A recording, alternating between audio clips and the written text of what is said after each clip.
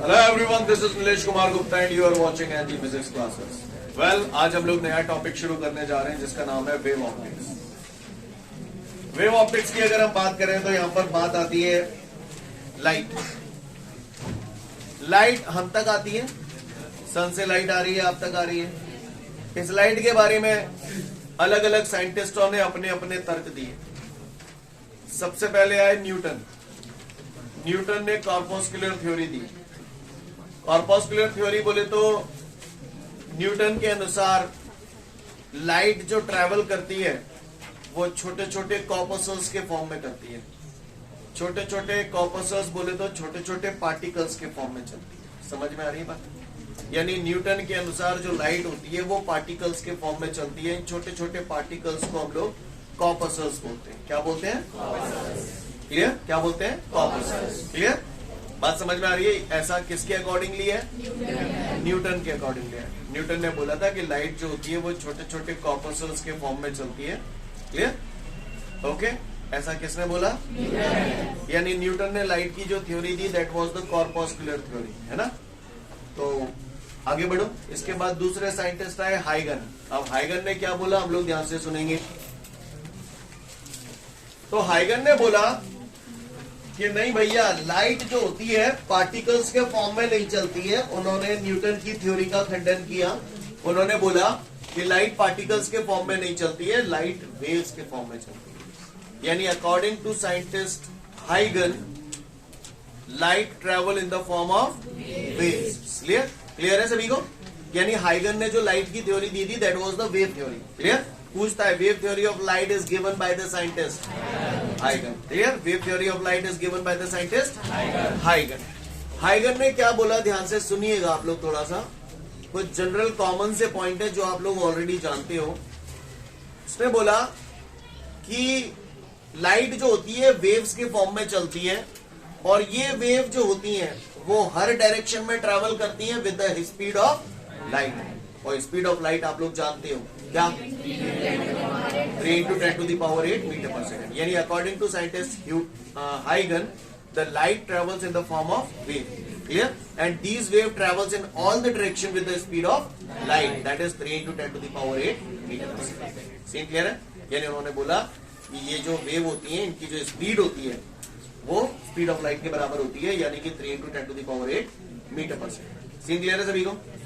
दूसरा उन्होंने ये बोला कि ये जो लाइट आ रही है तो अलग अलग कलर की होती है, क्योंकि white light is the group of 7 colours, है ना? तो इन सभी अलग अलग कलर के लिए वेवलेंथ, सभी वेव्स का अलग अलग कलर के लिए वेवलेंथ अलग अलग होता है। ये उसने बोला। ये बात हम लोग ऑलरेडी जानते हैं। जानते हैं कि नहीं जानते? इसके साथ साथ स्टार्टिंग में उन्होंने बोला कि लाइट वेव्स जो होती हैं वो लॉन्गिट्यूडनल वेव्स होती हैं। कैसी वेव्स होती हैं? उसने बोला लाइट वेव के फॉर्म में चलती है, लेकिन ये जो वेव्स होती हैं वो लॉन्गिट्यूडनल वेव्स होती हैं। उन्होंने बोला ऐसा। जब ऐसे उन्होंने बोला तो लोगों ने बोला कि भैया इससे सारे फिनोमिना प्रूव करो। तो इन्होंने लाइट वेव्स को लॉन्गिट्यूडनल वेव्स माना और उन्होंने रिफ्लेक्शन का फिनोमिना प्रूव करके बता दिया, रिफ्रैक्शन का फिनोमिना प्रूव करके बता दिया, इंटरफेरेंस और डिफ्रैक्शन और पोलराइजेशन। ये आपने अभी सुने नहीं है 3 वर्ड, इंटरफेरेंस, डिफ्रैक्शन और पोलराइजेशन। ये कल से सुनना शुरू हो जाएंगे आपके, ठीक है ना? तो फिलहाल मैं बात करता हूं। स्टार्टिंग में हाइगन ने लाइट वेव्स को कौन सी वेव्स माना? लॉन्गिट्यूडनल वेव्स माना। और लॉन्गिट्यूडनल वेव मानकर उन्होंने रिफ्लेक्शन का फिनोमिना प्रूव कर दिया, रिफ्रैक्शन कर दिया, इंटरफेरेंस कर दिया, डिफ्रैक्शन प्रूव कर दिया, लेकिन वो पोलराइजेशन के फिनोमिना को प्रूव नहीं कर पाए। क्लियर? फिर उन्होंने अपने स्टेटमेंट को चेंज किया और उन्होंने उसमें सुधार करके बोला कि नहीं, लाइट वेव्स लॉन्गिट्यूडनल वेव्स नहीं होती, ये ट्रांसवर्स वेव्स होती हैं। और जब उन्होंने ट्रांसवर्स वेव्स बोला तो फिर से उनसे बोला गया कि भैया सारे फिनोमिना प्रूव करके बताओ। तो उन्होंने रिफ्लेक्शन, रिफ्रैक्शन, इंटरफेरेंस, डिफ्रैक्शन और पोलराइजेशन सारे फिनोमिना को प्रूव करके बता दिया। यानी हाइगन ने अपनी थ्योरी में लाइट वेव्स को सबसे पहले लॉन्गिट्यूडनल वेव्स माना था, लेकिन ऐसा करने से वो पोलराइजेशन के फिनोमिना को प्रूव नहीं कर पाए थे, हर्ष, है ना? इस वजह से उस फिनोमिना को प्रूव करने के लिए उन्होंने लाइट वेव्स को बाद में ट्रांसवर्स वेव्स बोला।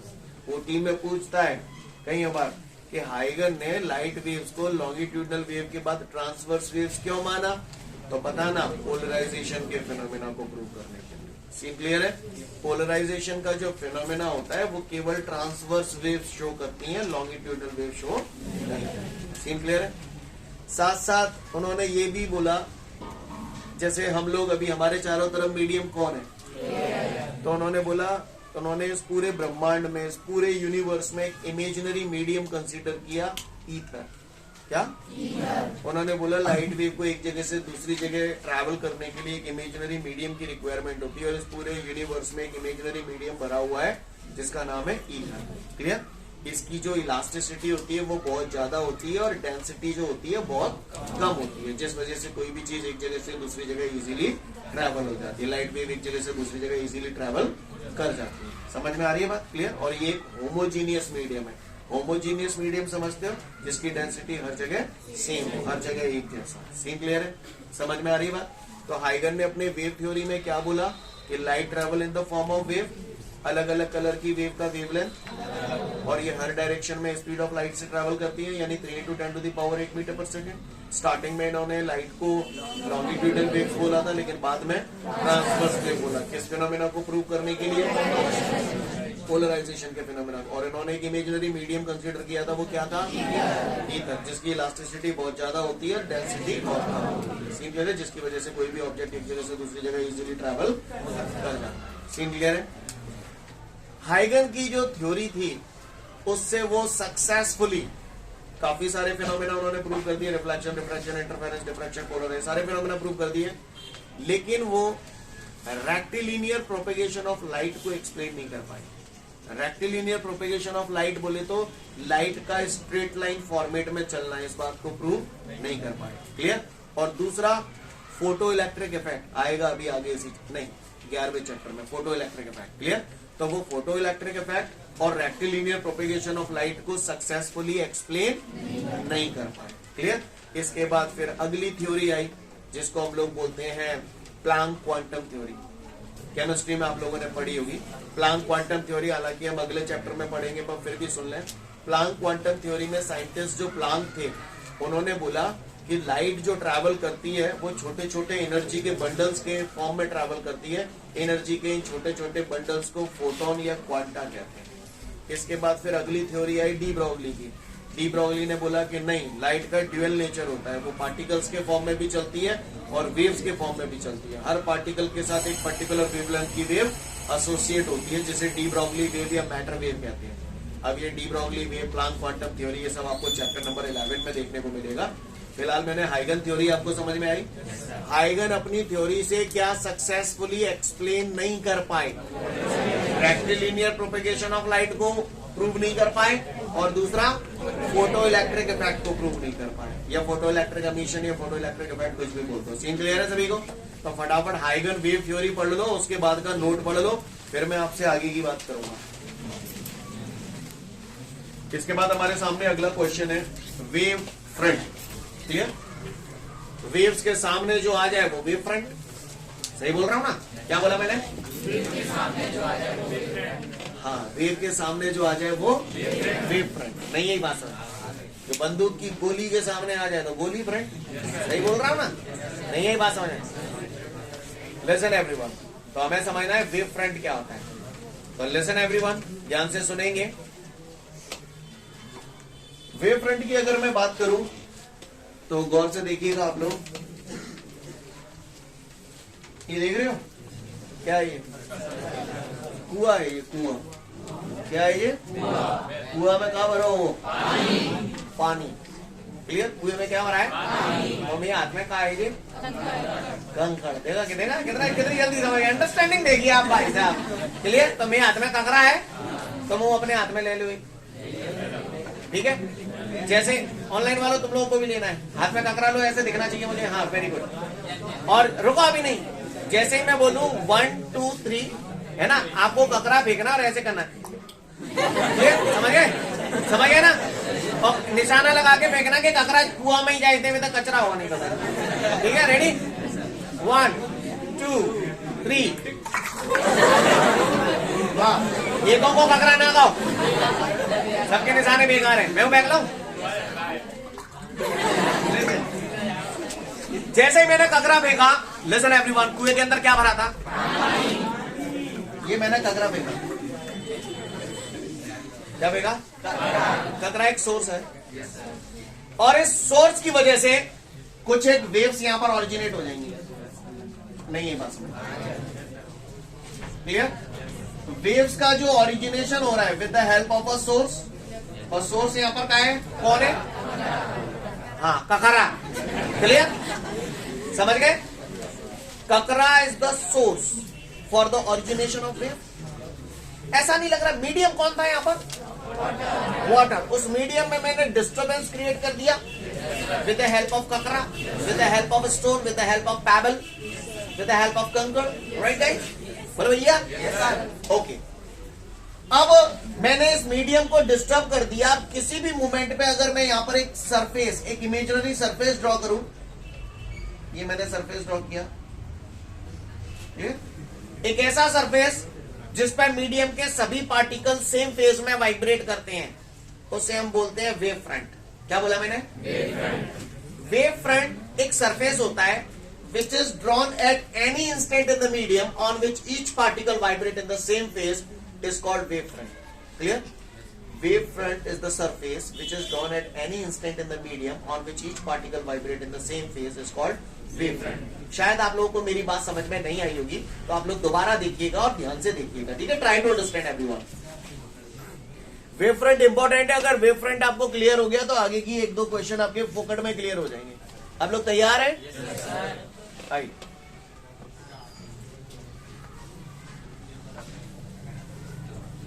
ये देख रहे हैं आप? जिस मोमेंट पे ये पार्टिकल पीक पोजीशन पे है, ठीक उसी मोमेंट पे ये पार्टिकल भी पीक पोजीशन में है। तो यहां पर अगर मैं एक इमेजिनरी सरफेस ड्रॉ कर दूं तो ये क्या हो गया? Wave front. क्योंकि यहां पर मीडियम के ये दोनों पार्टिकल सेम फेज में वाइब्रेट कर रहे हैं। ये भी वेव फ्रंट है क्योंकि यहां पर भी सेम फेज में वाइब्रेट कर रहे हैं। ये भी वेव फ्रंट है क्योंकि यहां पर भी सेम फेज में वाइब्रेट कर रहे हैं। जब इसका पीक है तो इसका भी पीक है नहीं है? नहीं है? ये बात समझ में? The imaginary surface drawn at any instant in the medium on which each particle vibrate in the same phase is called wave front. I hope you understand. नहीं है? बात समझे? A surface drawn at any instant in the medium on which each particle vibrate in the same phase is called wave front. नहीं है? या the locus of all the particles of the medium. The locus of all the particles of the medium which are in the same phase of vibration is called wave front. नहीं, ये बात समझ में? Locus तो समझते हो ना? Path mathematics में खूब पढ़ो। और लोकस कि ना करो फोकस। क्लियर है भाई? अरे चिराग जाइए आओ। The locus of all the particles of the medium which are in the same phase of vibration is called wave front. Getting my point, everyone? Clear? Again I repeat. The locus of all the particles of the medium which are in the same phase of vibration is called wave front. Clear?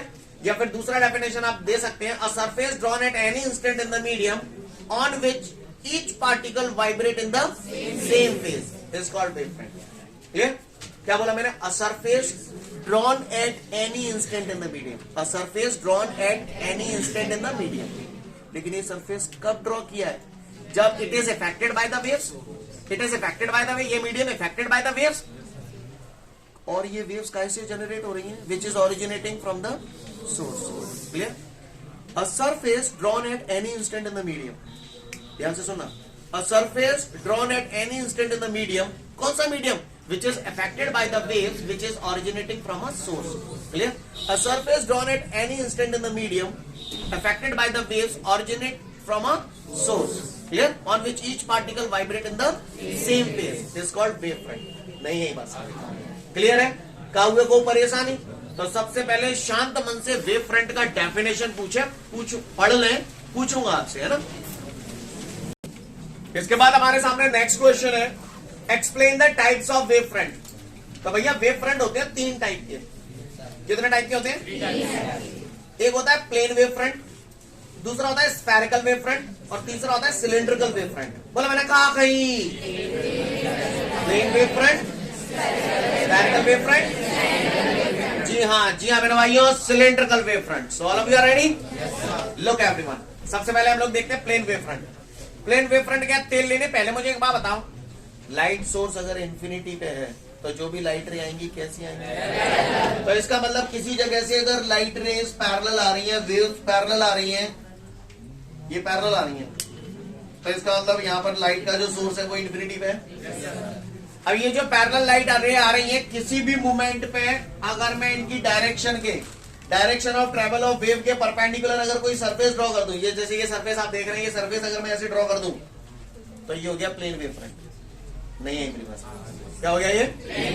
अब सामने से अगर आप देखोगे तो आपको केवल एक लाइन नजर आएगी, ऐसा सरफेस नजर नहीं आएगा। तो सरफेस थोड़ा सा दिखाने के लिए मैंने इसे ऐसे बना दिया है। आई होप यू अंडरस्टैंड गाइस, ऐसे करके बना दिया। ये क्या है? प्लेन वेव फ्रंट है। नहीं है मेरी बात समझ क्लियर?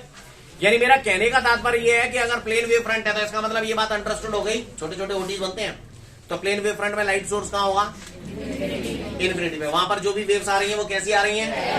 पैरेलल। और इन पैरेलल वेव्स के परपेंडिकुलर डायरेक्शन में कोई इमेजिनरी सरफेस ड्रॉ कर दूंगा तो मैं इसे क्या बोलूंगा? Plane wave. I hope you understand. Do you understand guys? You better understand. दूसरा होता है spherical wave front.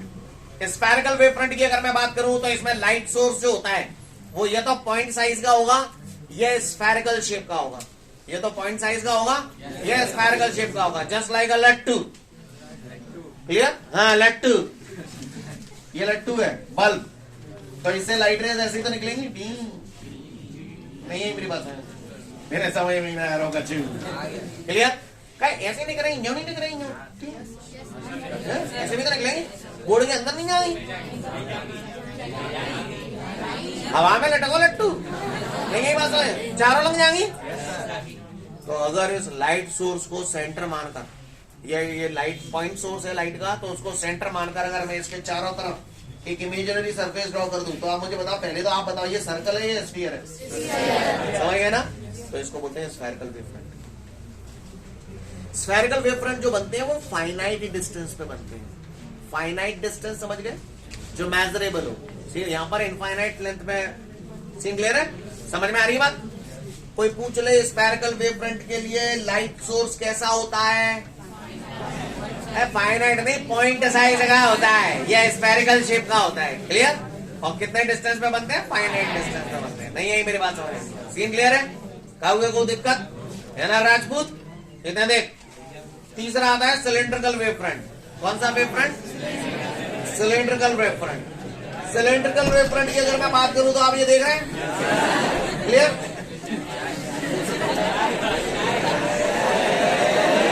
Shut up. Spherical wave front. अब बात आ रही है cylindrical wave front. Cylindrical wave front में लाइट सोर्स जो होता है वो सिलेंड्रिकल शेप का होता है, just like a tube light. देखिए कभी जिंदगी में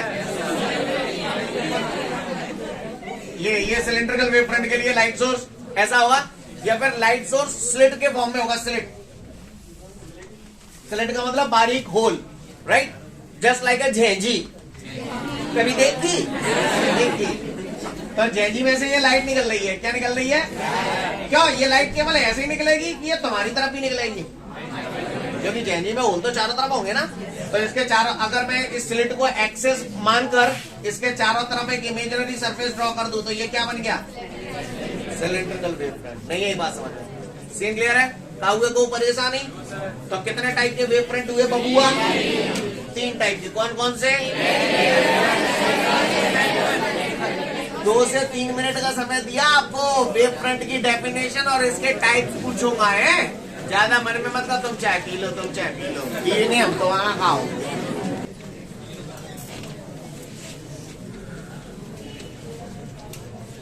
सुअर के बच्चे को क्या कहते हैं? सुअर के बच्चे को क्या कहते हैं? चुप, क्यों ना मालूम तुम्हें? सुअर के बच्चे को क्या कहते हैं? पीगी पीगी नहीं क्या देखता है? पिगलेट्स। सुअर के बच्चे को, वेव के बच्चे को पिगलेट्स। क्लियर? सुअर के बच्चे को पिगलेट्स, यानी पिग के बच्चे को पिगलेट्स, वेव के बच्चे को वेवलेट्स। कितना चाहना है?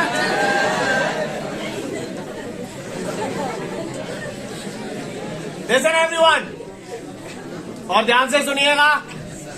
क्वेश्चन है, एक्सप्लेन द हाइगन theory of secondary wavelets. Very very very important question, 3 number के लिए बेहतरीन क्वेश्चन है, 100% धरा मिलेगा। क्लियर? इस चैप्टर के लिए बहुत धांसू धमाका है ये। ओके, हाँ, इंपोर्टेंट नहीं, इंपॉर्टेंट। Okay, important. चलिए आगे बढ़ते हैं। हाइगन थ्योरी ऑफ सेकेंडरी वेवलेट्स। मैं बहुत लिमिटेड बोलूंगा लेकिन सटीक बोलूंगा, इसलिए मेरी बात को ध्यान से सुनिएगा। Ready everyone? Please maintain the silence. अगर मेरी बात ध्यान से सुनेंगे तो आप इसे समझ पाएंगे, अदरवाइज आपके बम पर रेडी आएगा। ठीक है? आपके नोट्सों में यहाँ जो क्वेश्चन बना हुआ है, क्वेश्चन लिखा हुआ है, वहां कोई फिगर वगैरह नहीं है। है क्या? फिगर के नहीं है। मैं यहाँ पर एक हल्का सा फिगर बनाऊंगा, आप लोग चाहें तो उसे ड्रॉ कर सकते हैं, आपके लिए हेल्पफुल रहेगा। एग्जाम में बनाते तो और अच्छी बात है, नहीं बनाएंगे तो आपको क्वेश्चन याद हो जाएगा इससे। क्लियर? जो मैं करने जा रहा हूं, मैं कर रहा हूं। लिसन एवरीवन, अभी आप फिगर बनाइएगा मत, ठीक है? मैं जब इशारा करूं तब बनाना, ठीक है? कौन है ये? कुआ है, कुआ। क्लियर? चूहा ना ने, कुआ है, कुआ। इधर देखिए, अगर हम मजाक करेंगे तो हमको क्वेश्चन समझ नहीं आएगा, थोड़ा सा सीरियस हो जाए। कुएं में मैंने ये कंकड़ फेंका, ठीक है? ठीक है, तो इसके चारों तरफ वेव्स जनरेट हुई। अब मैं नॉर्मल ऐसे ही बना रहा हूं वेव्स, ठीक है? आप लोग समझ रहे हो मेरी बात को? तो ये चारों तरफ वेव्स जनरेट हुई है, राइट गाइस? किसी को कोई दिक्कत? अब किसी भी मूवमेंट पे यहां पर अगर मैं कोई एक इमेजिनरी सरफेस ड्रॉ कर दूं तो this is the wave front. ऐसा है या नहीं है? है। समझ गया ना क्या है ये? Wave front. क्लियर? यहां पर मैंने मीडियम के अंदर डिस्टर्बेंस प्रोड्यूस किया है। If the disturbance is produced in the medium, then the particles of the medium starts vibrating. Then the surface on which each particle vibrate in the same phase is called wave. समझ में आया? ये कोई नई बात तो नहीं बोली अब यार, वेव फ्रंट वाली डेफिनेशन ही बोली। फटाक से पहला पॉइंट पढ़ लो। इसके बाद हमारे को सेकंड पॉइंट में क्या बोल रहा है उसे ध्यान से सुनिएगा। अब बिल्कुल ध्यान से सुनिएगा, अलर्ट मोड में सब लोग। अगले पॉइंट में उसने बोला कि इस वेव फ्रंट पे, यहां पर एक्चुअली हाइगन थ्योरी ऑफ सेकेंडरी वेवलेट्स है, इसमें क्या बताया गया ये मैं आपको बताता हूं कि ये जो वेव्स होती है ना, ये कैसे प्रोपेगेट होती हैं। प्रोपेगेशन ऑफ वेव को समझाया गया है इसमें, ठीक है ना? जब आप पूरा पढ़ लेंगे उसके बाद समझ में आएगा कि हाँ भाई वेव प्रोपेगेशन को समझाया गया है। लिसन, तो पहला पॉइंट आपको समझ में आ गया। पहला पॉइंट कुछ नया तोप नहीं थी, वेव फ्रंट की डेफिनेशन थी। फिर उन्होंने बोला each point on the wave front, जैसे मैंने ये पॉइंट ले लिया या ये पॉइंट ले लिया, कोई भी पॉइंट आप ले सकते हैं। Each point on the wave front, listen everyone, wave के बच्चे को क्या बोलोगे? हाँ, listen everyone, each point on the wave front, listen, जैसे डिस्टर्बेंस यहां क्रिएट किया था, वेव फ्रंट बना। Listen everyone, each point on the wave front is acting as a centre of originating new disturbance. समझ गए? जैसे इसके लिए आपने सर्कल बनाया वैसे इनके लिए बनाया। Clear? Each point on the wave front is acting as a centre of originating new disturbance. This new disturbance is called secondary wavelets. This new disturbance is called wavelets. क्या बोलते हैं मैंने? वेव के बच्चे wavelets। नहीं यही बात समझ? Clear? Again I repeat, each point on the wave front is acting as a center of originating new disturbance. जो पॉइंट बोला समझ में आया? क्या बोला मैंने? Each point on the wave front is acting as a center of originating new disturbance. This new disturbance is called wavelets या secondary wavelets, कुछ भी बोल सकते हो। क्लियर? क्या बोल सकते हैं? हाँ, wavelets या secondary wavelets। क्लियर? आगे बढ़ो, फिर से बोल रहा हूँ, क्या बोला मैंने? Each point on the wave front is acting as a center of originating new disturbance. This new disturbance is called secondary wavelengths. Clear? This new disturbance is called scene clear है?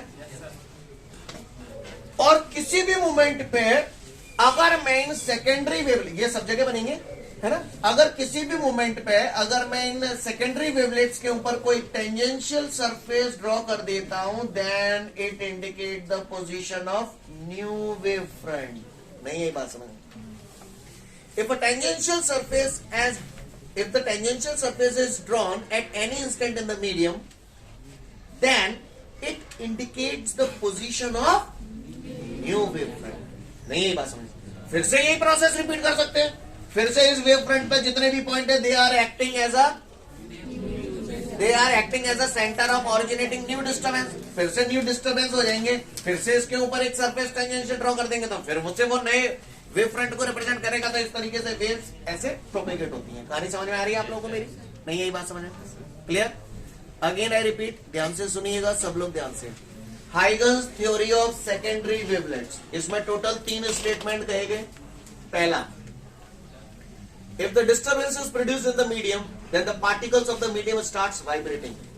The surface on which each particle vibrate in the same phase is called wavefront. दूसरा, each point on the wavefront is acting as a center of originating new disturbance. This new disturbance is called secondary wavelets. This new disturbance is called secondary wavelets. तीसरा point, if a tangential surface is drawn at any instant on these secondary wavelets, clear? On these secondary wavelets, then it indicates the position of new wavefront. Then it indicates the position of new wavefront. With the help of this, we can explain the propagation of the waves. With the help of this, we can explain the propagation of waves. Seem clear है? आपको मेरी भाषा समझ में आ रही है? कितने point बोलेंगे इसमें? मैंने आपको 2 से 3 मिनट का समय दिया. पॉइंटों पे फोकस करो. आप लोग चाहें तो फिगर बना सकते हैं. एक छोटा सा बनाना चाहेंगे तो मैं एक छोटा सा फिगर आप लोगों के लिए दोबारा बना देता हूं, जो आपको आसान लगेगा. अब आप समझ तो गए ना? अब आप समझ गए तो मैं दोबारा से फिगर बना रहा हूं ऑन द बोर्ड. ऐसा फिगर आप लोग बना सकते हैं एग्जाम में, ठीक है ना? मैं पूरा सर्कल नहीं बना रहा हूं, वो आपके लिए ज्यादा हेक्टिक हो जाएगा. ये मैंने सिंपल ऐसे, ये वही है, ठीक है भैया? तो ये मैंने यहाँ पर एक क्या बना दिया, आपका वेव फ्रंट बना दिया. इस पे सीन क्लियर है? तो ये नया डिस्टर्बेंस क्रिएट कर रहे हैं, इनको सेकेंडरी वेवलेट्स बोलते हैं. और यहां पर अगर मैं कोई टेंजेंशियल सरफेस ड्रॉ कर दूंगा तो ये नए वेव फ्रंट को रिप्रेजेंट करते हैं. समझ गए? यहां भी कर सकते हैं, यहां भी तो कर सकता हूं. क्लियर? फिर इन पर नए नए पॉइंट आएंगे. इस तरीके से अपन वेव का प्रोपेगेशन समझा सकते हैं. I hope you understand guys. तो draw this figure if you want. ठीक है, तो फिर आज के लिए पर्याप्त. कल फिर मिलते हैं. Thank you everyone. Have a great day to all of you guys. जय हिंद.